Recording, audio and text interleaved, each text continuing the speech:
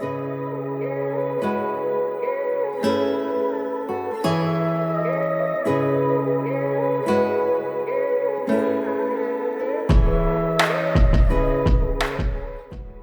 could not be further from the truth. I have to say it this directly. The reason why so many powerful coaches and powerful souls, leaders, people struggle financially is because they subscribe to that exact mindset, to the mindset that wealth is not spiritual or that wealth or money is even evil.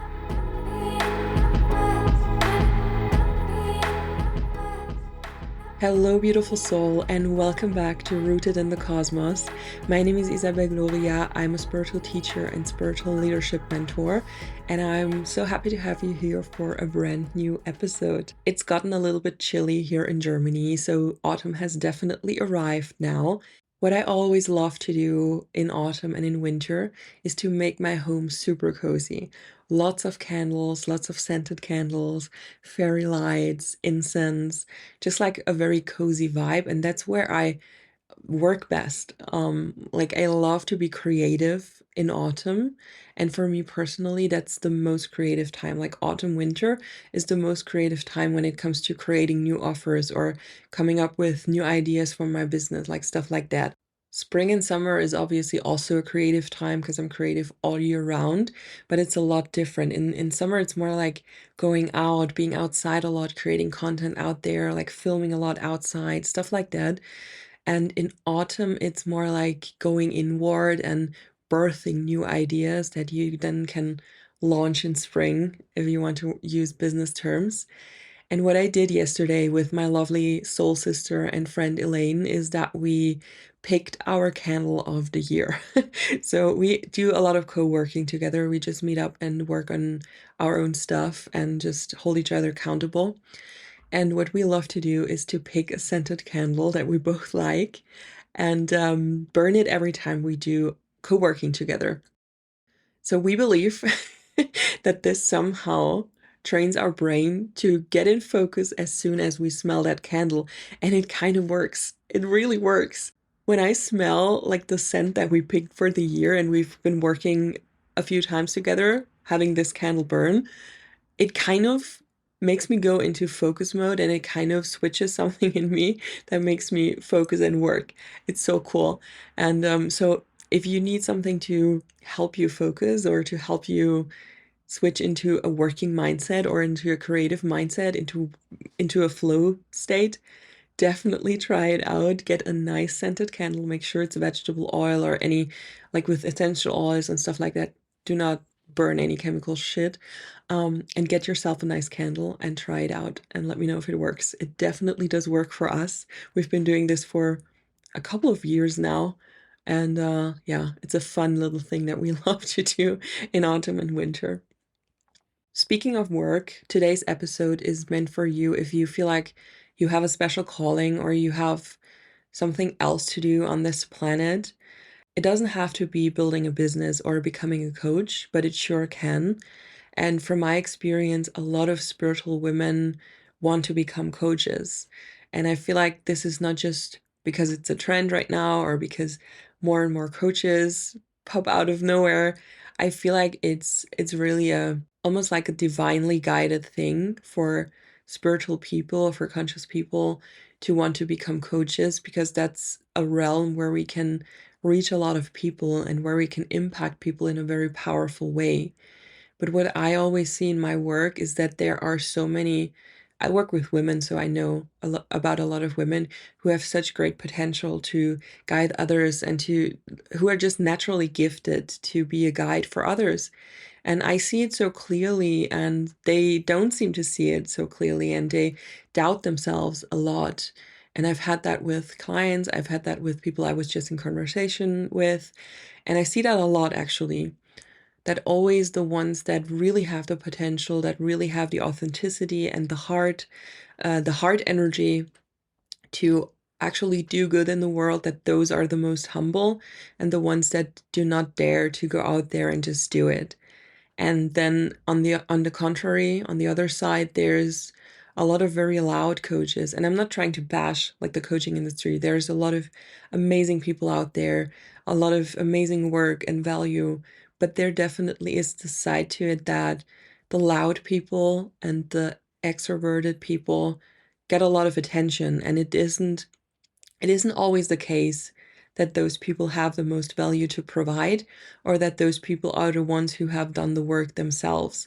And it's so, so important to do the work yourself if you want to guide others. So that's a pattern I unfortunately see over and over again in the coaching industry and in the spiritual community in general. It doesn't have to be exclusively coaches, just people talking about spirituality, sharing their wisdom and all of that. A lot of the times, the loudest people get the most attention and they don't have the best value to share.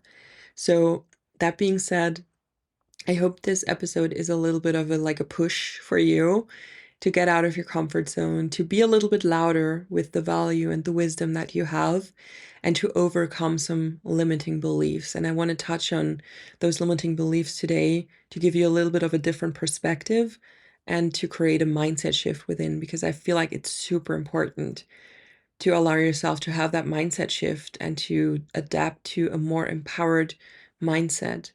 Because if you have a calling and if you feel like you're meant to do something with that calling, there's a reason for that. And you definitely should step onto that path, even though it feels scary. It probably feels scary and you don't know what you're doing. But yeah, I hope this episode empowers you a little bit to think about what life has in store for you, what you're feeling called to do, and all that stuff. A limiting belief that I see in a lot of women is the belief I am not spiritually evolved enough. And I just want to tell you, this is absolutely not the case. Like I just said, ironically, it's often those who feel like they're not ready yet who are the ones who would benefit so many people if they just dare to go out there and share their services and share their message. You are continually evolving on your spiritual journey. When you do the work, you are evolving all the time. You're never done with that. And being a spiritual leader isn't about how enlightened you are or how far you are on your journey, because the journey never ends. It always continues. I'm constantly evolving. You are constantly evolving. I'm not the same person I was 3 years ago when I started my business. You are not the same person you were 3 years ago. It's a natural process.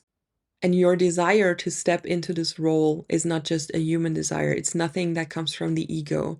I mean, it can be, but if it's a really, truly heartfelt desire that comes from within, it's a calling that aligns with your soul purpose. And this has been planned long before you even entered this human experience.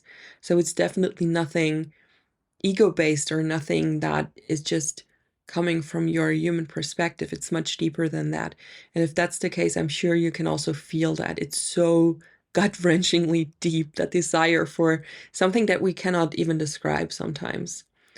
And as you progress on your own spiritual path, your teachings will naturally evolve, and the audience you serve may grow and change with you.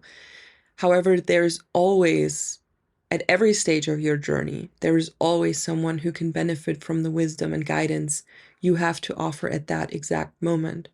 So you always have to think about that. If you think about stepping into the role of a spiritual leader, of a coach, of someone who just shares wisdom on social media, it doesn't even have to be a business. You have to realize that you're always a few steps ahead of someone who's just starting out, of someone who's just beginning their spiritual journey. Whatever it is, it has nothing to do with hierarchy or with being better than others. It's just a natural process. You learn from teachers who are a few steps ahead of you, and you can teach students who are a few steps behind compared to you. It's just a natural thing of being a teacher and being a student at the same time. And there is not ever the case where you have to feel like you're not spiritually evolved enough, because that's not a thing. As soon as you feel called to share something, to share from your level of wisdom, your level of consciousness, there is someone who will resonate with that and who can benefit with that, because they're just at the brink of getting where you already are. So thinking that you're not spiritually evolved enough, throw that out the window. It's not a thing. If you feel called to do something, if you feel called to share your wisdom, freaking do it. It's not a race. With this doubt around spirituality and spiritual evolution often comes a human doubt and a human limiting belief, which is I'm not charismatic and confident enough. And what I have to say about this is that what often matters most in the spiritual leadership realm is authenticity. You don't have to be the most charismatic or confident person to reach your target audience or to reach your ideal people. Being true to yourself and your beliefs and your journey can resonate way, way, way more deeply than as if you would just put up an image for yourself that is super charismatic and super extroverted and super confident, which isn't truly you. People can pick that up, and the energy of what you radiate speaks louder than the words you say. So you can pretend to be super confident, to be super out there, to be super wise, whatever it is that you can pretend to be. But if your energy doesn't match that, people will feel that something is off and will make them turn away rather than magnetize them towards you. So authenticity and vulnerability can build trust and connection way more than any level of confidence or charisma could ever do. And that's what you have to focus on. There is nothing wrong about becoming more confident and more charismatic in your work because you just become more comfortable. I think it's actually a natural process. If you were someone who just starts out sharing your spiritual journey on social media, let's take that as an example. You're someone who just feels called to share what they learn along the way in hopes of someone getting inspiration from that or someone being supported by that. You will feel freaking weird in the beginning. You will feel like, what am I doing? I'm like exposing myself on such a deep level and nobody's listening. Nobody's giving me any feedback. It feels weird, and that's why you're not as confident in sharing. But let 1 year pass, you get a lot of feedback, you got a lot of engagement on your social media channels, you got a lot of messages saying, hey, what you share resonates so deeply with me, it helps me so much to see your posts, and this one post, this helped me really overcome this and this problem. And you become more confident in sharing because you have external proof that it actually does create impact and does create a shift in someone else's life. So you become naturally more confident. It's nothing you can fake, it's just something you can grow into, and it will naturally happen. The key is to do it even though you do not feel confident yet. So if you never start out, if you never move through the awkward stage, and if you're never okay with feeling awkward and feeling like you're stepping outside of your comfort zone every single day, you will never get to the confident part. You will never get to the embodied leader that you want to become. There is not a way to skip the awkward middle part. You have to evolve through it. And just let this be a reminder that it's okay. You don't have to be super professional in front of a camera to share your wisdom. You don't have to speak super um, professionally about spiritual topics to share a story time about a spiritual experience you had. Just be yourself and just share however you want to share and talk with the camera or with your followers as if you were talking to a friend. Just be yourself. That's the most amazing thing you can do. And it's something that often is the hardest because it feels so exposed. Before I became a spiritual teacher and a mentor, I used to work as a model, and I had a art project for a couple of years together with a friend. And it was an art project where we kind of played a character, not really, like we dressed up in vintage clothing, 60s, 50s, 40s, a very glamorous look. And there was always a lot of makeup involved and a lot of hot rollers to get the hair beautiful and stuff like that. So there was it was a whole process until we were these people that we portrayed in these art projects. And even though we went by our names for the photo shoots, for the videos, for the events, for everything we did, we went by our names, but there was this level of disconnect there, which was quite comfortable because I didn't have to be myself. I didn't have to show up as myself, as my truest self. And I didn't have to share my truest values and my beliefs and all that. It was all very superficial, and it was a lot about just the external things, it was much easier to be confident and to be out there in this look and in this type of setting than it is today, speaking in front of 100, 150 people in a webinar, talking about something that is really, really dear to my heart. It feels more real, but that makes it more beautiful to me, because when I did the modeling at one point, I felt so empty, and I felt like my soul had been sucked out of me, because there was nothing with any depth, nothing that really could give me anything back. And I 100% prefer the discomfort of being authentic and being vulnerable sometimes than just playing a role and being an art project. That's just not for me. But there was definitely, I have to admit, this level of comfort in it, because I didn't have to be myself. And this is something that I actually work through with my clients as well. In the mentorship, I work with aspiring coaches or new coaches. And one of the biggest struggle they often have is to create an image for themselves that feels slightly like a persona, because that's something we need to protect our personal energy, but is mainly authentic, and it's an extension of who you truly are. There's a lot going into this, which I'm not going to go into right now, about creating an image and still staying authentic and all of that, protecting your energy while still being authentic, all of that. There's a lot going into this, but just so you know that if you struggle with thinking that you're not confident enough or that you're not charismatic enough to be a spiritual leader, you're not the only one struggling with that. Every new coach is struggling with that, and it's one of the things that we work on the most in my coaching, to find an image for themselves that feels true, but still feels like they can detach themselves from a little bit, because we cannot completely muddle our personal self and our business self into one person. So there's a lot of people who struggle with the same thing, and this should be another reminder for you that this is nothing that should hold you back. Staying in the realm of business, another limiting belief that I often hear is seeking business growth and financial success does not align with spiritual values. This could not be further from the truth. I have to say it this directly.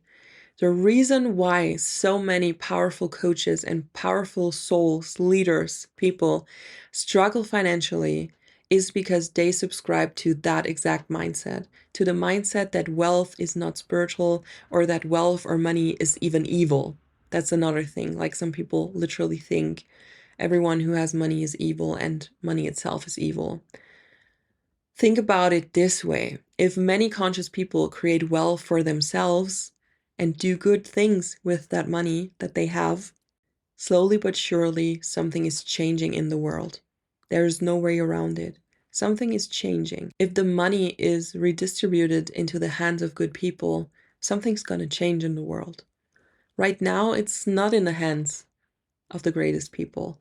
And I'm not talking about the millionaire next door with the big house. I'm talking about like the real big money. It's just not in the hands of good people.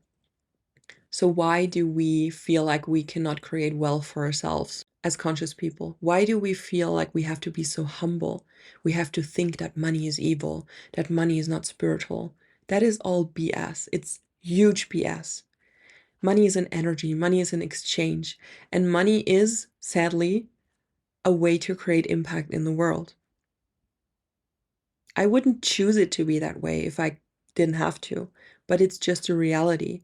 And we have to play by the rules and allow ourselves to gain that money and to accumulate wealth, so we can be the ones to impact the world with that money, because that's how the world works, sadly. It works through money. But if we have good intentions, if we have a benevolent mindset around other people, around what money should be and do, we can change the world. Conscious people embracing financial success as a means to support their own well-being and to make an impact in a positive way can lead to meaningful change on a global scale. It will not happen overnight. It will not happen next week. But really think of that. If we finally get out of this mindset that money is evil, that money and spirituality or money and consciousness does not go together, imagine what could happen. Imagine if every conscious, good person had so much money that they could actually impact the world in a physical way. Imagine what would happen. And that should be your motivator. First of all, you want to create a beautiful, nourishing life for yourself so you can provide for others. You can provide in a spiritual way, in a financial way, in an emotional way, whatever feels right for you and whatever you're capable of doing. But at the same time, think of the collective. Think of the ripple effect that you are creating by creating your own wealth, by finally getting out of the mindset of, I can't have money because I'm spiritual. I can't have money because then others will see me as like greedy or something. Get out of this mindset and actually change your mindset, attract money, attract abundance, work for that abundance, take action steps so that abundance can come to you and then impact the world in a beautiful way. And if you're not the only one doing this, but I'm doing it and thousands of others are doing it, millions of others are doing it, and they're all good conscious people and they're all impacting their little world, it will create a huge ripple effect. And if we think far into the future, this will actually impact the world globally. Like it will change so much.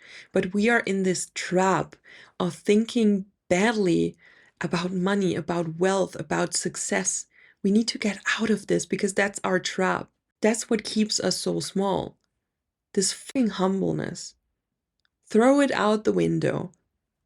Another thing that I often hear, and it's actually a huge objection when I talk to clients, is that they believe that they don't have a large enough following to be successful.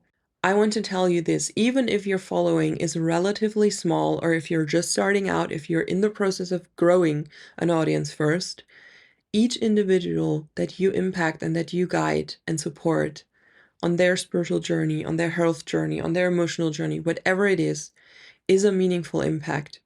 Every person counts. Why do we always just count if it's the masses? Why don't individual people count as well? Like they count too. It's important too. And your influence will have a ripple effect as those you help share their own growth with others. The potential that we have with social media right now, the potential of social media for us spiritual leaders is amazing. It's nothing like this has ever been the case before. You never know what could unfold just by using social media.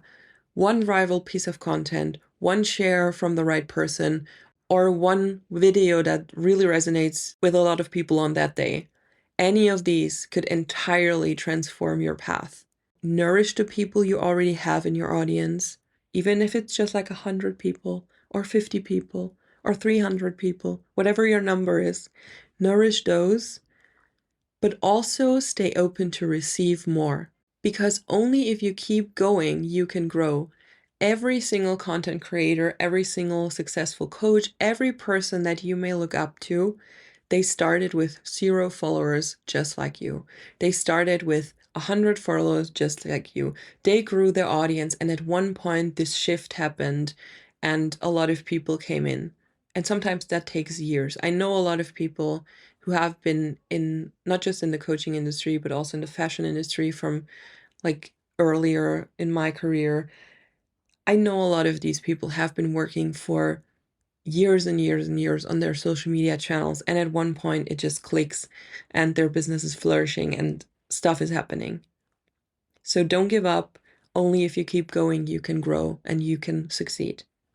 The most detrimental limiting belief, which is fairly common, unfortunately, is that people are going into their leadership journey believing that they won't be successful anyway. Like this limiting belief of, well, I'm doing this, but I won't be successful anyway. It's always going to be a hobby. It's always going to be just a side hustle. It's always just going to be me talking for free on social media about my wisdom. Believing that you won't be successful can become a self-fulfilling prophecy.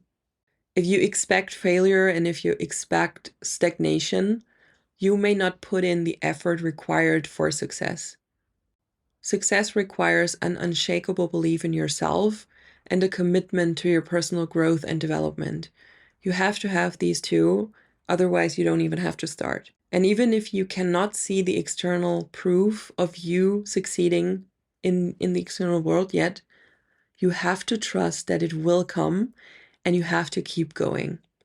Many spiritual leaders you may look up to, they struggled for years before they gained any type of recognition. The other day, my friend told me about a woman she knows that had a podcast for, I think, over a year, and she uploaded episodes weekly, and basically no one was listening, but she kept doing it. She kept uploading every week for an entire year or longer than that. And then after this year, during a random week, it took off out of nowhere. Her streams skyrocketed, and it impacted her business in a very positive way. So everything changed for her, and ever since, she's very successful with what she does. So you have to trust that your time will come. There is always divine timing at play. If something has not happened for you yet that you want so badly, there is either something even better in store for you that you have to wait for, or something that you cannot understand, that you cannot see, is orchestrating itself so you can have that big success. Trust that your time will come. That is the key. You cannot go into any type of leadership position thinking that you won't be successful anyway, because then that will be the case. You have to trust yourself, you have to believe in yourself, and you also have to have faith that it's just going to happen in divine timing.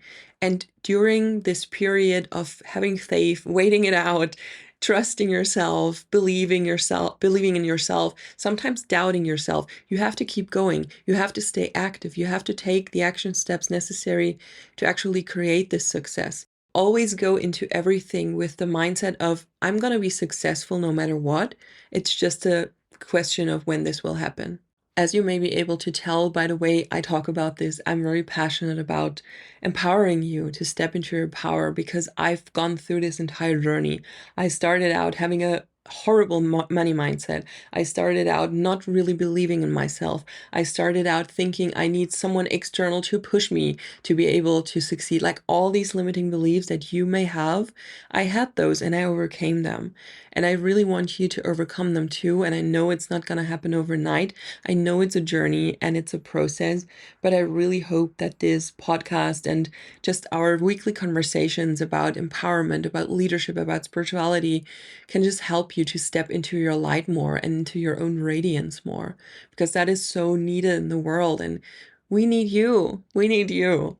I really hope you're gonna tune back in for next week's episode. It's gonna be the spooky episode about ghosts, spirits, entities, all that spooky stuff. And it's right before Halloween, so the veil will be very thin, and it's the perfect time to publish this podcast episode. I'm really looking forward to this episode, and I'm looking forward to connecting with you next week, next Sunday. And until then, have a great week, have a great time. Keep yourself empowered, remind yourself of what we just talked about. And that being said, see you next week, or hear you next week. What do you say on a podcast? Until next week, have a beautiful time.